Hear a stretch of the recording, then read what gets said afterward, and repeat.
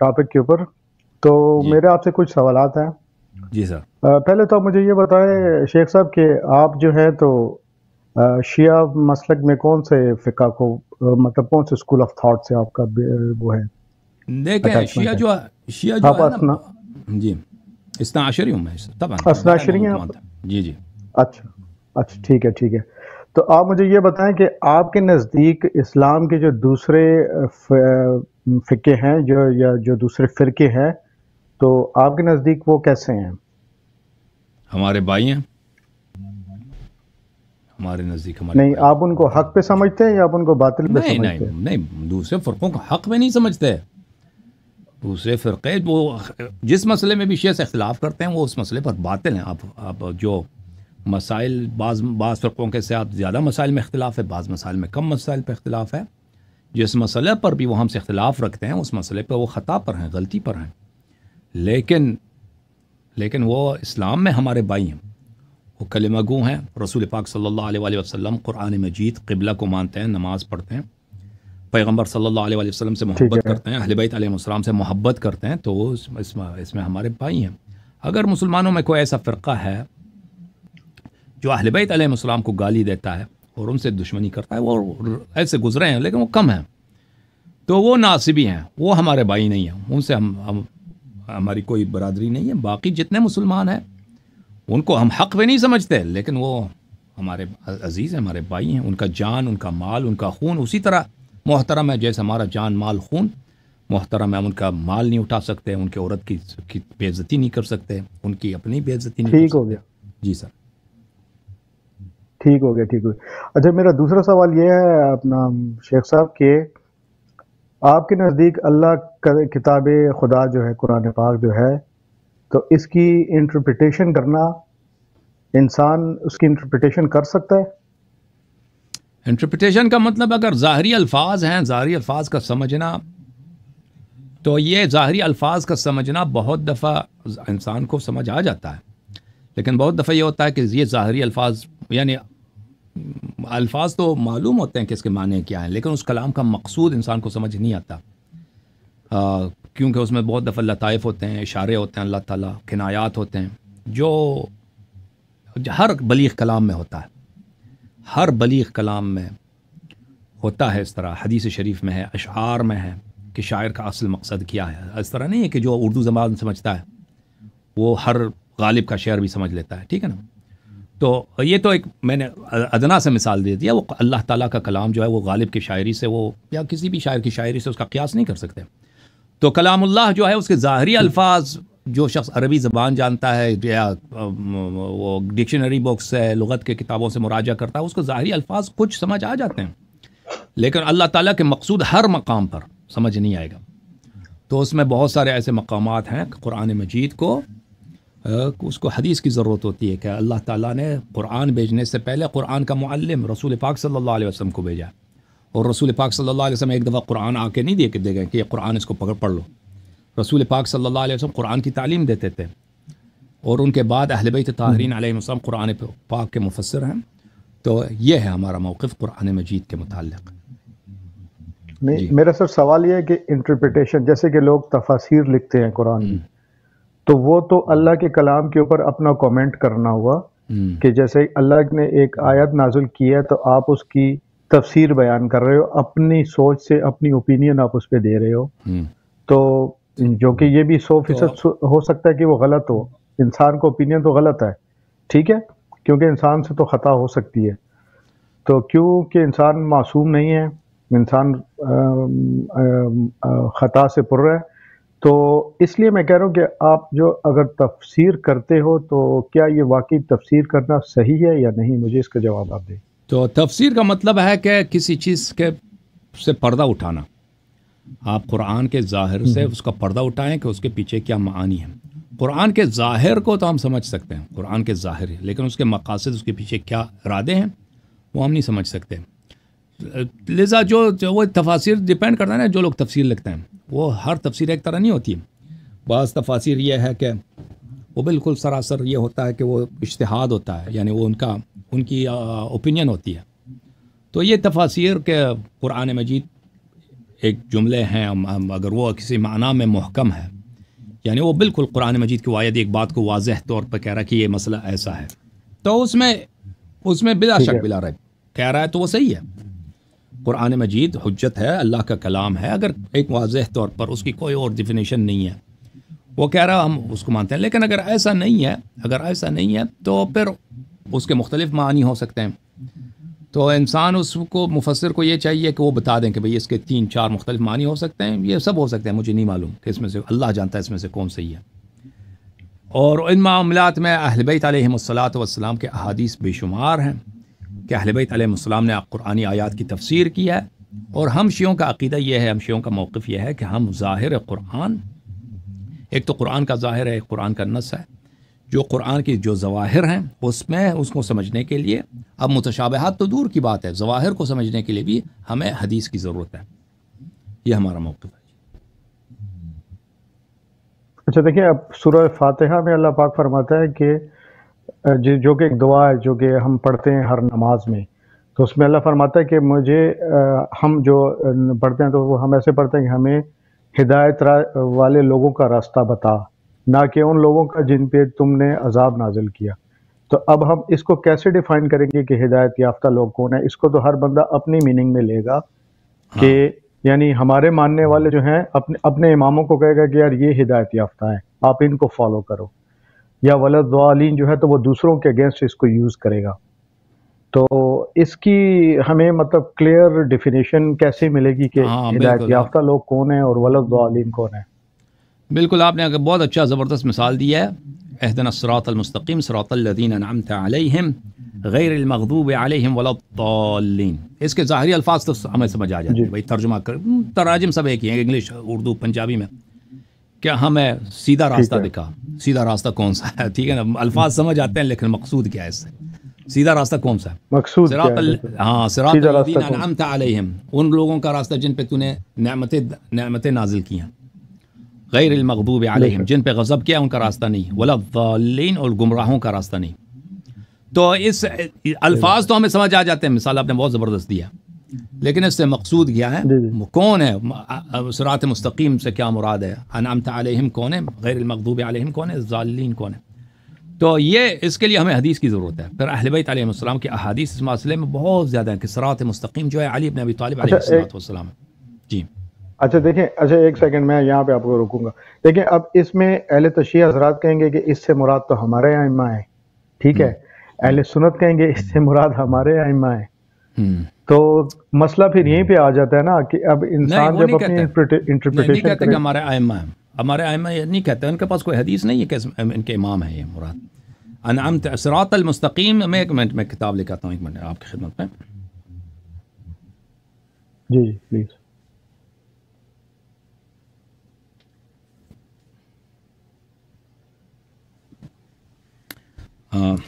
وہ نہیں کہتے کہ ان سے مراد ہمارے ائمہ ہیں، اور شیعہ بھی یہ نہیں، شیعہ اپنی طرف سے نہیں کہتے کہ ان سے مراد ہمارے ائمہ ہیں۔ تو اس سے میں آپ کی خدمت میں عرض کرتا ہوں کہ یہ احادیث روایات ہیں جو دو فریقین نے روایت کی ہے۔ جی جی پلیز۔ فریقین نے روایت کی ہے، ایک منٹ میں آپ کو دکھا دوں، یہ کتاب ہے شواہد التنزیل، حاکم حسکانی جو ہے ایک حنفی محدث ہیں، اور یہ 400s میں ان کی وفات ہے، 400s میں، یعنی بہت پرانے ہیں، تو ان کی تالیف ہے، فرمائیے پانچویں، وہ 400s بنتی ہے 5ویں صدی، تو 5th سینچری ہجری میں ان کی وفات ہے۔ شواہد التنزیل لقواعد التفضیل، حاکم حسکانی صاحب کی کتاب ہے، ان کا نام ہے، ملاحظہ فرمائیے، الحافظ الکبیر۔ الحافظ الکبیر، میں اس کو زوم ان کر دوں، عبید اللہ ابن عبداللہ المعروف بالحاکم الحسکانی الحنفی النیسابوری۔ اچھا، یہ کتاب چھپی ہے بیروت میں سنہ 1974 میں۔ یہاں پہ ملاحظہ فرمائیے، اہدنا الصراط المستقیم، یہ شیعہ نہیں ہے، مخالفین کے ہیں، یہاں پہ کئی نقل کرتے ہیں، عن ابی بریدہ فی قول اللہ اہدنا الصراط المستقیم قال صراط محمد و آلہ، صراط مستقیم سے کیا مراد ہے؟ محمد و آل محمد علیہ السلام کے صراط۔ اور پھر اگلی حدیث وہ روایت کرتے ہیں، یہ ابو بریدہ صحابہ میں سے ہیں۔ اچھا، سفیان الثوری اسبات اور مجاہد یہ لوگ انہوں نے ابن عباس سے روایت کی ہے اہدنا الصراط المستقیم قولوا معاشر العباد اہدنا الی حب النبی و اہل بیتہ. اہدنا الصراط المستقیم سے عبداللہ ابن عباس نے فرمایا مراد یہ ہے کہ ہمیں اہل بیت علیہم الصلاۃ والسلام کی محبت کے راستے پر اور آل نبی صلی اللہ علیہ وآلہ وسلم کے محبت کے راستے پہ ہمیں ہدایت دے. اہدنا الصراط المستقیم سے مراد یہ ہے. اچھا سعید ابن جبیر پر روایت کرتے ہیں عبداللہ ابن عباس سے قال رسول اللہ صلی اللہ علیہ وآلہ علی ابن ابی طالب کہ رسول اللہ صلی اللہ علیہ وآلہ وسلم نے امیر المؤمنین علیہ السلام سے فرمایا انت الطریق الواضح، آپ طریق واضح آپ ہیں، وانت الصراط المستقیم، صراط مستقیم آپ ہیں، وانت یعصوب المؤمنین، آپ مسلمان. یعصوب بولتے ہیں جو مکئی ہوتی ہے نا، جو بی انگلش میں بی بولتے ہیں، اردو میں مکئی بولتے ہیں نا بی، وہ اس کا جو کوئین ہوتا ہے اس کو یعصوب بولتے ہیں عرب. اور یہ بادشاہ کے معنوں میں آتا ہے یعصوب. انت یعصوب المؤمنین، آپ مسلمانوں کے بادشاہ، مومنین کے بادشاہ. اگلا روایت جابر بن عبداللہ رسول اللہ صلی اللہ علیہ وسلم سے نقل کرتے ہیں ان اللہ جعل علیا وزوجته وابناه حجج اللہ علی خلقہ. اللہ تعالیٰ نے علی علیہ السلام کو اور ان کی بیوی کو فاطمہ زہرا سلام اللہ علیہا کو اور ان کے دونوں بیٹوں کو حجج اللہ علی خلقہ، ان کے بیٹوں کو ابناءہ، ان کے بیٹوں کو، نہ دونوں بیٹوں، ان کے بیٹوں کو اللہ نے اپنے خلق پر اپنی حجت بنایا. وہم ابواب العلم فی امتی، وہ میرے امت میں علم کے دروازے ہیں. من اہتدی بہم ہدی الی صراط مستقیم، جو ان سے ہدایت لے لے وہ صراط مستقیم کی ہدایت ان کو ہو جاتی ہے. پھر روایت ہے میرے محترم ناظرین، روایت کرتے ہیں رسول پاک صلی اللہ علیہ وآلہ وسلم سے من سرہ ان یجوز علی الصراط کالریح العاصف ویلج الجنہ بغیر حساب فلیتول ولی ووصی وخلیفتی علی اہلی علی بن ابی طالب علیہ السلام. جو شخص چاہتا ہے کہ اس کو یہ پیار ہے، یہ چاہتا ہے اس کو کہ صراط پر پھلے صراط جو جہنم کے اوپر بلکہ جہنم کے داخل سے گزرتی ہے اس سے بجلی کی طرح تیز گزر جائے، اور ویلج الجنہ، اور بالکل تیز ہوا کی طرح وہاں سے گزر جائے اور جنت میں داخل ہو بغیر حساب کے بغیر، فلیتول، پس محبت کرے میرے ولی اور میرے وسیع اور میرے صحابی اور میرے جانشین علی، جو میرے اہل بیت میرے جانشین علی بن ابی طالب علیہ السلام سے. ومن سرہ ان یلج النار فلیترک ولایتہ، اور جو چاہتا ہے کہ جہنم جائے امیر المؤمنین علیہ السلام کی ولایت اور امامت کو ترک کرے. فإن ربی جل جلالہ فوعزت ربی جل جلالہ، میرے رب کی عزت کی قسم، انہ لباب اللہ الذی لا یعطی منہ، امیر المؤمنین علیہ السلام اللہ کا وہ طریق ہے، اللہ تعالیٰ کا وہ دروازہ ہے کہ اللہ کی رضا صرف اسی دروازے سے، اسی راستے سے حاصل ہوتی ہے. وَإِنَّهُ الصِّرَاطُ الْمُسْتَقِيمُ، اور وہ صراط مستقیم ہے. وَأَنَّهُ الَّذِي يَسْأَلُ اللَّهُ عَنْ وِلَایَتِهِ يَوْمَ الْقِيَامَةِ، اور علی علیہ السلام وہی ذات ہیں جن کی امامت و ولایت سے روز قیامت اللہ تعالیٰ سوال کرے گا. تو اس کے مزید بھی اس کے بعد بھی روایات ہیں. تو یہ رسول پاک صلی اللہ علیہ وسلم نے اس کی تفسیر کی ہے، اس کی شرح کی ہے. صراط مستقیم کون ہے، صراط الذین انعمت علیہم کون ہے، غیر المغضوب علیہم ولا الضالین کون ہے. یہ سب یہ میں نے شیعہ کتاب نہیں دکھائی، مخالفین کی کتاب دکھائی ہے، شواہد التنزیل. اس کے علاوہ اللہ آپ کا بھلا کرے دوسری کتب میں شیعوں کے پاس تو احادیث بہت زیادہ یہ تو، لیکن اگر آپ کہتے ہیں کہ مخالفین کہتے ہیں سے مراد ابو بکر عمر ہے، ان کے پاس کوئی ایسی حدیث نہیں ہے. جی مزید بولیں. اچھا سر ٹھیک، میرا ایک سوال اور ہے آپ سے، وہ یہ کہ اسلام جو ہے تو یہ تو 1400 سال پہلے کمپلیٹ ہو چکا جب آخری وحی آئی اور اللہ پاک نے فرمایا کہ الیوم اکملت لکم دینکم، نا وہ جو وحی نازل ہوئی تھی. تو جب اسلام کمپلیٹ ہو گیا، اس میں آپ کوئی چیز اضافہ نہیں کر سکتے ہو، کوئی چیز آپ اس میں سے خارج نہیں کر سکتے ہو. تو اب میرا سوال بڑا جینون سا ہے اور بڑا معصومانہ سا سوال ہے آپ سے سر، کہ پھر آپ یہ کس چیز کی ڈیبیٹ کر رہے ہیں؟ آپ یہ تقاریر اور یہ ڈیبیٹ کس چیز کی، اس کا فائدہ کیا ہے؟ تو اسلام میں اختلاف ہے نا، کیونکہ اسلام میں اختلاف، اسلام ایک اختلاف کس چیز میں سر؟ ہاں اسلام کے ہر چیز میں اختلاف ہے، اذان سے لے کر نماز، غسل، ہر چیز میں، عقائد، اللہ کے صفات پر، قرآن میں، سنت میں، ہر چیز میں اختلاف. تو ہم چاہتے ہیں یہ گفتگو کے ذریعے باہمی ڈسکشن کے ذریعے حل ہو. کچھ کا خیال یہ ہے کہ قتل کے ذریعے اس کو حل کر دیں، جب سب شیعہ قتل ہو جائیں گے، بھائی شیعہ بدترین کافر ہیں ان کو قتل کرو، وہ یہ چاہتے ہیں کہ قتل کے ذریعے اس کو ختم کیا جائے. تو ہم کہتے ہیں کہ بھائی ہم کافر نہیں ہیں، ہم مشرک نہیں ہیں، ہم اسلام کو جانتے ہیں، ہم اسلام کے اصلی پیروکار ہم ہیں، اور ہمارے پاس دلائل ہیں، اور اسلام کے مختلف اجزاء پر مسلمانوں میں اختلاف ہے، اس میں حق ہر مسئلے پر، جس مسئلے پر بھی اختلاف ہے اس میں حق آپ کو صرف شیعہ کے پاس ملے گا. ہمارا یہ موقف ہے، اور اسی لیے اسی دلائل کو دکھانے کے لیے ہم گفتگو کرتے ہیں. جی لیکن آپ تو خود کو برحق کہتے ہو، ٹھیک ہے، یہ تو ہر بندہ کہہ سکتا ہے کہ یار میں برحق ہوں. اس کو آپ جسٹیفائی کیسے کرو گے دوسرے کے سامنے؟ کتب سے، دلیل سے، پروف سے، ٹھیک ہے نا، پروف سے دلیل کے ساتھ. میں اگر وہ تو ہر ایک کہتا ہے نا، ہر ایک کہتا ہے، کو دنیا میں کون کہتا ہے کہ میں جھوٹ کہہ رہا ہوں، میں غلط ہوں. حق وہ ہے، حق وہ. دیکھیں ابھی آپ دیکھیں اپنے علماء کی طرف دیکھیں، ان میں سے کوئی آ کے بیٹھتا ہے انٹرنیٹ پہ کہ کہتے ہیں میں مخالفین کے علماء مجھے کال کریں، شیعہ مجھے کال کریں، مجھ سے سوال کریں. اب دکھائیں نا، آپ مجھے بتائیں ابھی پاکستان میں آپ کے اتنی تعداد ہے، پاکستان میں شیعوں کی تعداد ہے زیادہ یا کم ہے آپ لوگوں کے مقابلے میں؟ شیعہ کم ہے نا، ہے کہ نہیں؟ کم ہے. آپ کے علماء کے پاس ریسورس، آپ کے علماء کے پاس ریسورسز کی کیا کمی ہے؟ نہیں، کمی تو کوئی نہیں ہے. اب بھائی آپ کے علماء جو ہیں بھائی، وہ جب آتے ہیں نا، ان کے ہوتے ہیں نا، ان کی گاڑیاں جب آتے ہیں نا، 5-6 گاڑیاں آگے پیچھے ہوتی ہیں، باڈی گارڈ وغیرہ، اتنے مدارس، کیا شاندار مدارس ہے. ایسے مدارس ہے پاکستان میں کہ ایک مدرسے میں 5000 طالب علم پڑھتے ہیں. آپ کو پتہ ہے کہ 5000 آدمی کا کھانا پینا اور ان کو وظیفہ دینا کتنا خرچہ ہوتا ہے اس کا؟ آپ کو پتہ ہے نا.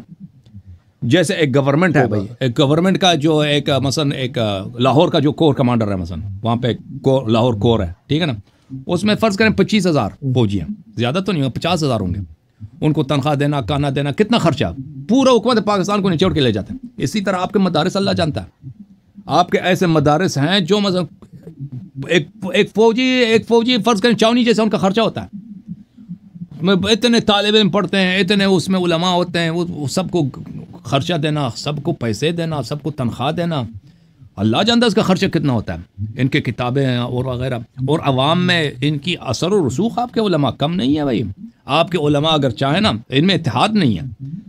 آپ کے علماء اگر چاہیں، اگر میں اتحاد ہوتا نا، تو یہ کل کو پاکستان میں وہ اپنا حکومت بنا سکتے تھے. اللہ جانتا ہے ان کے اتنی پاور ہے.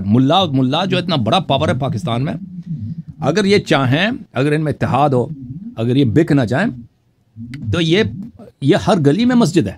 ہر گلی میں ایک مسجد نہیں، کئی مساجد ہیں، ہر محلے میں مدارس ہیں. یہ چاہیں تو پاکستان کو پاکستانی فوج سے کئی گنا زیادہ ملا پاورفل ہے. جنرل عاصم منیر سے کا مقابلہ ملاؤں سے کچھ بھی نہیں ہے. فوج اس لیے پاکستان میں حاوی ہے، وہ اس پہ ڈومیننٹ ہے کیونکہ اس میں اتحاد ہے. وہ ملاؤں میں اتحاد نہیں ہے. اگر ملا طائفہ اتحاد کرتے ہیں نا، یہ پاکستانی فوج سے 10 گنا یہ زیادہ طاقتور ہے. کہنے کا مقصد یہ ہے، آپ کے علماء اتنے ریسورسز، اتنے پیسے، اور اتنی ان کی تعداد زیادہ، اور ہر عالم کے دیکھ کے 3 بیوی 4 بیوی بھی ہوتی ہے کہ نہیں بھائی؟ غلط کہہ رہا ہوں؟ اللہ جانتا ہے. فضل الرحمان، جی صحیح فرمایا، مولوی فضل الرحمان ہے، اللہ کے وہ اس کے متعلق کہا جاتا ہے کہ وہ بھائی ہو سکتا ہے کہ وہ ہومو سیکشول ہو، لیکن اس کے باوجود پتہ نہیں اس کی کتنی بیویاں. وہ کہتے ہیں نا بڑھاپے میں شادی، پڑوسی کے عیاشی. بہرحال اس کے باوجود آپ کا ایک عالم نہیں ہے پورے دنیا میں نہیں ہے کہ وہ آ کے کہہ دے کہ شیعہ نوجوان مجھے کال کر دو، شیعہ عوام مجھے کال کر دو، میں آپ کے سوالات کا جواب دے دیتا ہوں. ٹھیک ہے نا؟ آپ پوری دنیا میں، صرف پاکستان میں نہیں، پورے عالم عرب میں، عالم انگلش بولنے والوں میں کوئی بھی نہیں ہے کہ شیعوں کے ساتھ وہ گفتگو کرنے کے لیے آمادہ ہوں. آپ کے علماء کوئی بھی نہیں. یہ حقیر حاضر ہے. میں ادھر آتا ہوں، میں کہتا ہوں آؤ مجھ سے سوال. ابھی آپ کے عالم آئے تھے وہ خلیل احمد صاحب، انہوں نے مجھے نہیں بتایا وہ کس موضوع پہ بات کرنا چاہ رہے تھے. مجھے بالکل سرپرائز کیا انہوں نے. مجھے جیسے ہوتا ہے نا ٹریپ کرنا، کہ وہ کفر اور شرک کی دلیل ہے کہ شیعوں کو کافر. میں نے ان کے سب سوالات کا جواب دیا. آپ لوگوں کو ٹائم دے دیتا ہوں، میں گفتگو کرتا ہوں، پروگرامز رکھتا ہوں 6 گھنٹے 7 گھنٹے 8 گھنٹے 9 گھنٹے. تو آپ کی جو بات ہے کہ ہر فرقہ تو کہے گا ہم سچ ہے نا، لیکن ہر فرقہ سچ نہیں ہو سکتا. قرآن مجید نے معیار بتا دیا کہ حق کس کے ساتھ ہے. قل ہاتوا برہانکم ان کنتم صادقین. قرآن مجید نے فرمایا اپنا دلیل لے کے آؤ اگر تم سچ کہتے ہو. سچ کہتا ہو، جو کہتا ہے میں سچا ہوں، میں حق پر ہوں، اس کے پاس دلیل ہوتا ہے، اس کے پاس برہان ہوتا ہے.